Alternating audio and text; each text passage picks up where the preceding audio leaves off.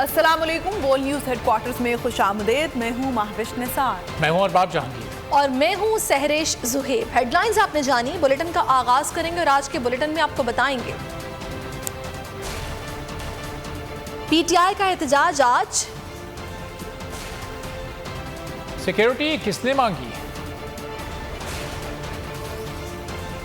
और कौन कौन वजीर बनेगा।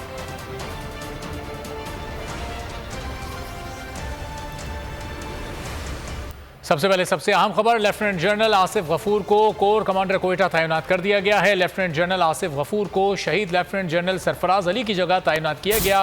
12 कोर के commander lieutenant general Sarfaraz Ali यकम अगस्त को हेलीकॉप्टर हादसे में शहीद हो गए थे। इसी बारे में मजीद डिटेल जानेंगे बोल न्यूज़ के नुमाइंदे जाहिद फारूक से। जाहिद, लेफ्टिनेंट जनरल आसिफ गफूर को अब कोर कमांडर को कर दिया गया, क्या डिटेल्स हैं आपके पास?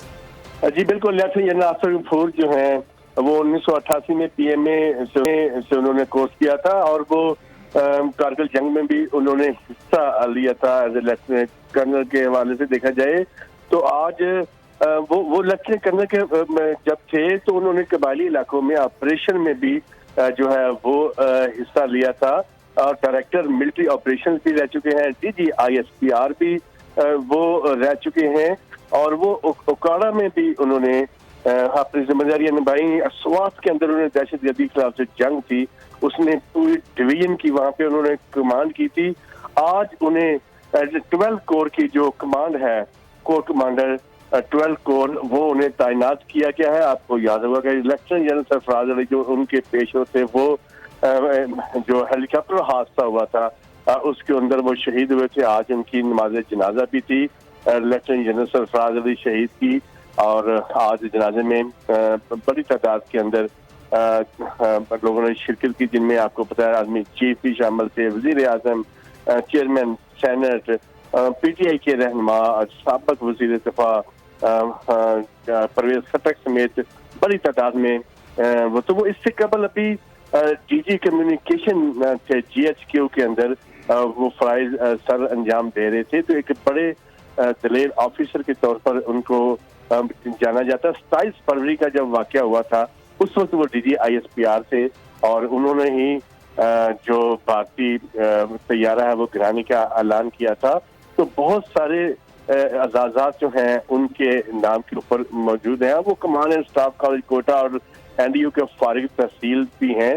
तो उनकी हाल ही में आप 2020 के अंदर लेफ्टिनेंट जनरल के ओहदे के ऊपर उनको तरक्की दी गई थी और आज उन्हें 12 कोर की जो है कमांड वो दे दी गई है और कहा जाए तो उन्होंने ठीक है। जाहिद फारूक, बहुत शुक्रिया, आपसे मजीद भी जानते रहेंगे।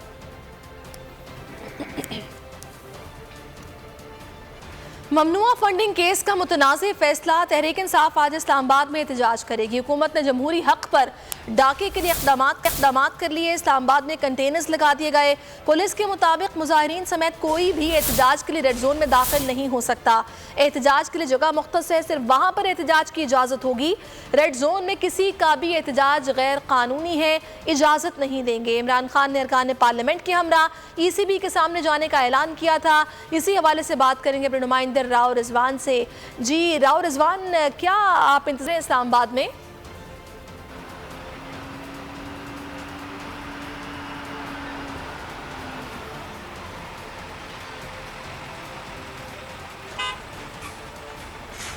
इस्लामाबाद में कंटेनर्स लगाकर रास्ते बंद किए जा रहे हैं और पुलिस के 2000 के करीब जवान तैनात कर दिए गए हैं और उनको यही हिदायत दी गई है कि किसी को भी यहाँ पर दाखिले की इजाज़त नहीं होगी, आपने सख्ती से निपटना है।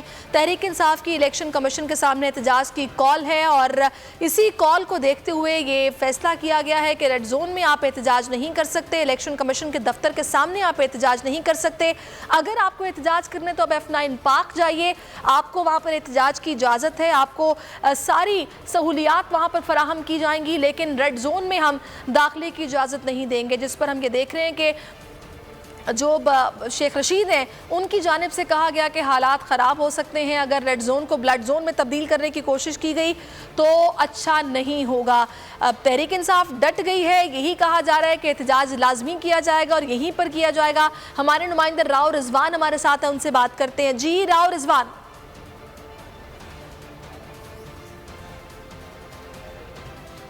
आज जो है इलेक्शन कमीशन के सामने जो है पीटीआई जो पाकिस्तान तहरीक इंसाफ है भरपूर किस्म का एहतजाज करने जा रही है, लेकिन दूसरी तरफ जो है इस्लामाबाद पुलिस ने जो है रेड जोन को सील करना शुरू कर दिया है। एक दिन पहले ही तो रेड जोन को जाने वाले तमाम रास्ते हैं उनको कंटेनर लगा के सील कर दिया गया था। तो दूसरी तरफ इस्लामाबाद पुलिस का ये भी कहना था कि रास्ते सील नहीं किए जा रहे, लेकिन हमारा कैमरा आपको दिखा सकता है कि तमाम रास्ते जो है इस्लामाबाद रेड जोन को जाने वाले को सील कर दिया गया है। रास्ते जायद जो पुलिस एहलकार जो है यहाँ पर तैनात कर दिए गए, उसके अलावा FC को और रेंजर्स को भी तैनात किया जा रहा है। एंटी राइट्स फोर्सेस को भी जो है इलेक्शन कमीशन के अंदर भी एहतजाज उनका यही कहना है कि एहतजाज की हरगिज़ इजाज़त नहीं जाएगी। रेड जोन जाने को सिर्फ एक रास्ता खोला गया मारगरा रोड की तरफ से, उधर भी सिक्योरिटी के सख्त इंतजाम किए गए हैं। किसी भी शख्स को रेड जोन के हाथे में दाखिल होने की इजाज़त हरगिज़ नहीं जाएगी। दूसरी तरफ जो है जो पार्लियामेंटेरियन है उनको भी इजाज़त नहीं दी जाएगी कि वो इलेक्शन कमीशन के सामने जाके एहतजाज करें।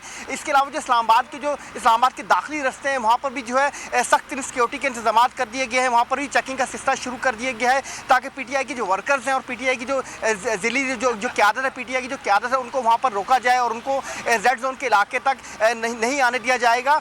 दूसरी तरफ जो इस्लामाबाद पुलिस का ये भी कहना है कि हमें जो हिदायत मिली है SP ऑपरेशन को, इस तमाम जो है ऑपरेशन का जो है सरबराही दी गई। उनको यही कहा गया कि कोई भी शख्स जो है वो रेड जोन के अंदर दाखिल ना हो और जो अगर कोई दाखिल है तो सख्ती से उसके से निपटा जाएगा और सख्त तरीन जो है वो किए जाएंगे। तो दूसरे पीटीआई के जो लोग हैं और पीटीआई की क्यादत है उनका यही कहना है कि वो हर सूरत जो है वो इलेक्शन कमीशन के सामने जाएंगे और अपना एहतजाज भरपूर किस्म का एहतजाज रिकॉर्ड कराएंगे, क्योंकि ये उनका जमहूरी हक है कि वो अपने किसी भी इदारे के खिलाफ अगर उनको फैसला तो वो अपने जाके एहतजाज रिकॉर्ड करवा सकते हैं।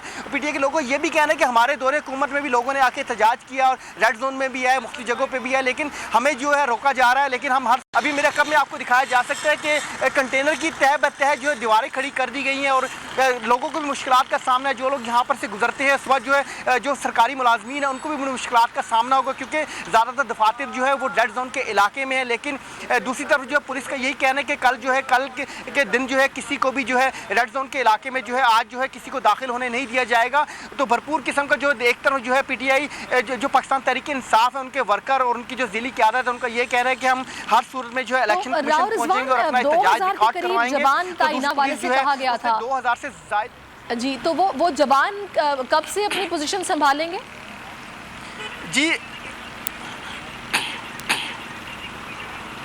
जी अभी से अगर आप मेरे डाकर में देखें तो पुलिस के जो एहलकार हैं वो अपनी ड्यूटी पर आ चुके हैं। उसके अलावा जो है मुख्तलिफ जो इस्लामाबाद की जो रेड जोन को जाने वाले रास्ते हैं वहाँ पर नाके लगा दिए गए, उनसे 1 किलोमीटर के पहले जो उनके नाके लगा दिए गए, लोगों को नहीं जाने दिया जा रहा और कंटेनर रख दिए। कंटेनर के पीछे भी पुलिस एहलकार जो है मौजूद हैं। तो रात को रात से ही जो है अभी से जो है क्योंकि एहतजाज कल दिन में है, लेकिन अभी से जो है पुलिस तैनात कर दी गई है। और उसके अलावा कहा यह भी जा रहा है, ज़राए का ये भी कहना है कि शायद पीटीआई की जो क्यादत है, जो जिली क्यादत है और जो पीटीआई की जो अहम जो वर्कर है उनको जो है शायद घरों से भी ना निकलने दिया जाए, क्योंकि आज इंटीरियर मिनिस्टर ने वाज़िया तौर पे अहकाम जारी किए। उनका यही कहना है कि किसी सूरत में भी जो है रेड जोन में जो किसी को एहतजाज करने का हक नहीं दिया जाएगा, रेड जोन में किसी को भी दाखिले की इजाज़त नहीं दी जाएगी।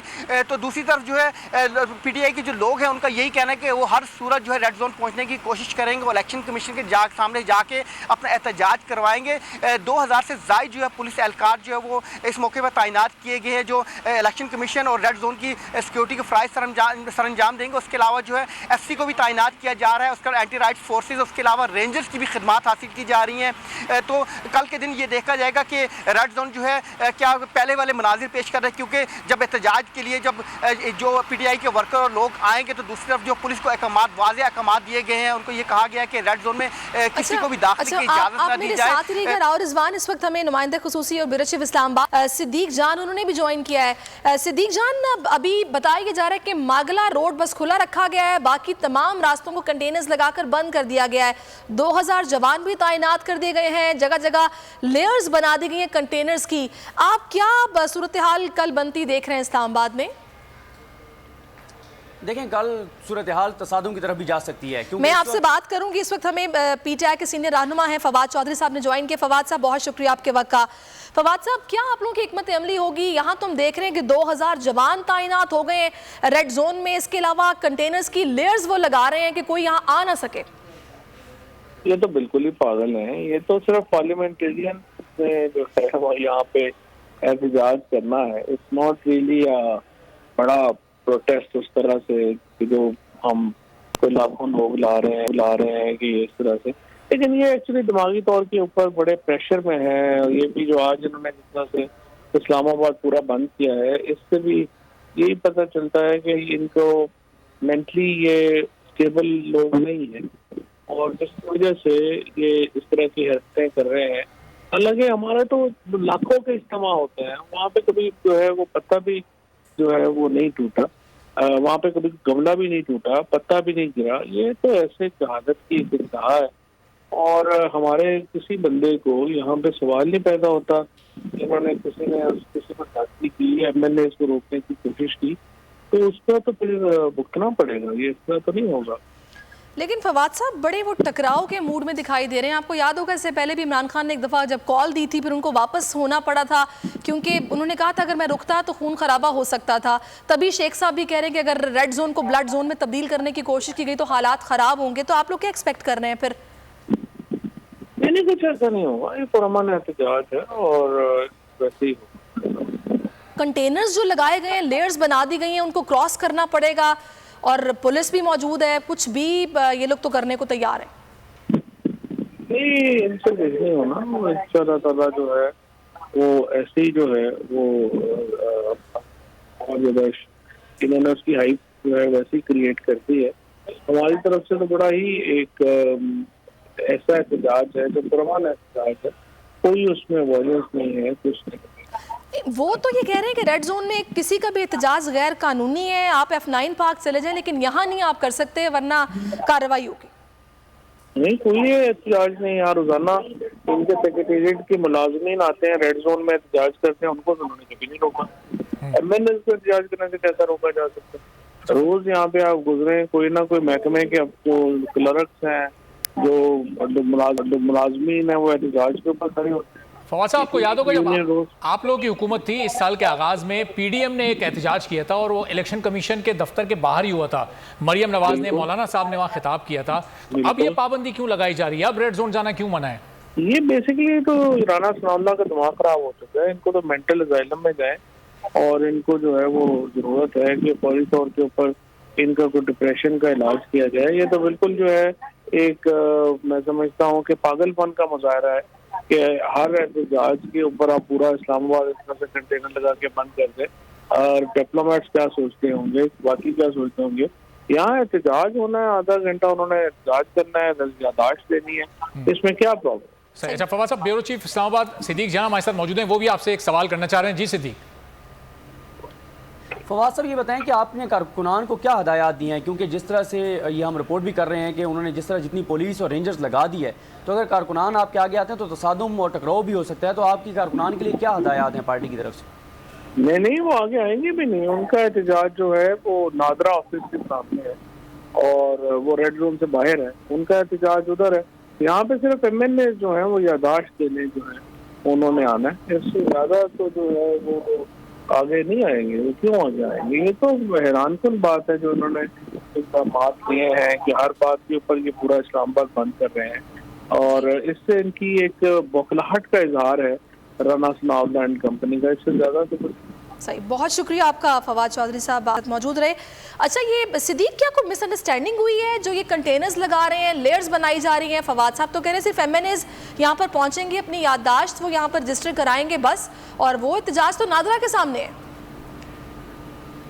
देखें, मसला ये है कि राना सनाउल्लाह साहब की पूरी कोशिश है कि टकराव हो, खुदा न खास्ता खून बहे, लाशें गिरें, तसादुम हो, इंतशार हो, खाना जंगी हो, क्योस हो और मुल्क में इमरजेंसी नाफिज हो जाए, मार्शल लॉ लग जाए। अपनी तरफ से पूरी कोशिश कर रहे हैं। जैसे अभी आपने सवाल भी किया फवाद चौधरी साहब से कि जब ये पीडीएम ने एहतजाज किया था, ज़रा वो फुटेज भी चलानी चाहिए बोल को, वो फुटेज दिखाएं कहाँ खड़े होकर इन्होंने तकरीरें की थी। और आप वो देखें कि जिस दिन पीडीएम का एहतजाज था उस दिन हमारे पास फुटेज मौजूद होगी कि शेख रशीद साहब जो वज़ीर दाखिला थे, शेख रशीद कंट्रोल रूम में मौजूद थे, कंट्रोल रूम से वो सारी चीज़ों को मॉनिटर कर रहे थे। बल्कि हैरान कुन तौर पर उस दिन जो मेट्रो की बसों की तादाद है वो बढ़ा दी गई थी, ज़्यादा कर दी गई थी। इनको ओपन चैलेंज दिया गया था, इनको कहा गया था कि जितने लोग ला सकते हैं आप लाएं।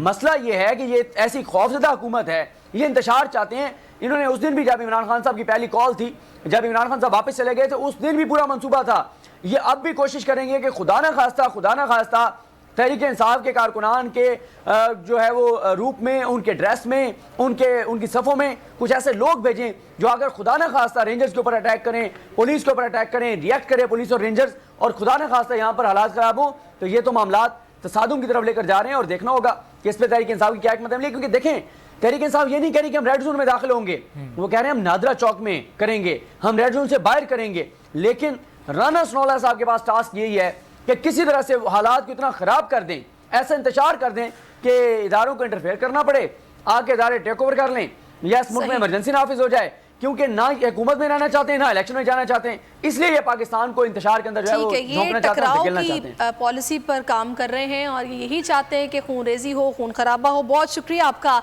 सिद्दीक जान और राव रिजवान। तहरीक इंसाफ की इलेक्शन कमीशन के सामने एहतजाज की कॉल। कराची में सूबाई इलेक्शन कमीशन ने सिक्योरिटी मांग ली। सूबाई इलेक्शन कमिश्नर ने आईजी सिंध को हंगामी मुरासला भेज दिया, जिसमें कहा गया है कि किसी भी नाखुशगवार वाक़े से निपटने के लिए सदर में कायम बिल्डिंग और सिंध भर में फील्ड ऑफिसेज और स्टाफ को सिक्योरिटी फराहम की जाए।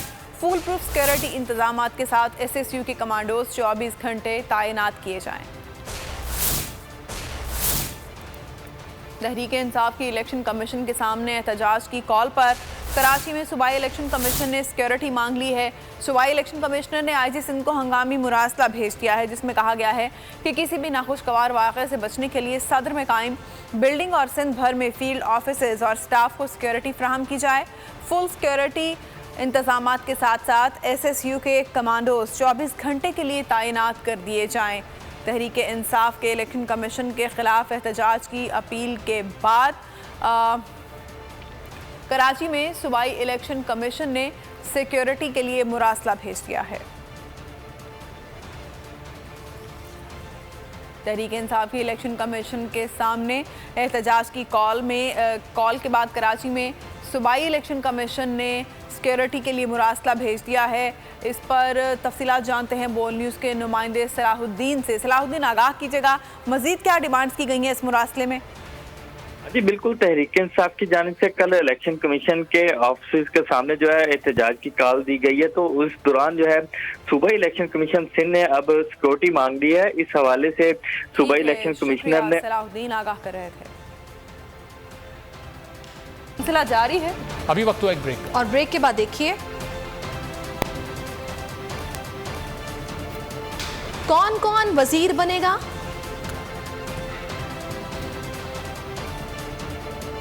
बिल फिर मंजूर।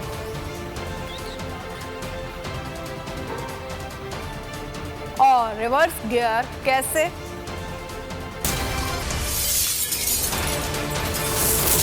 बोल न्यूज़ हेडक्वार्टर।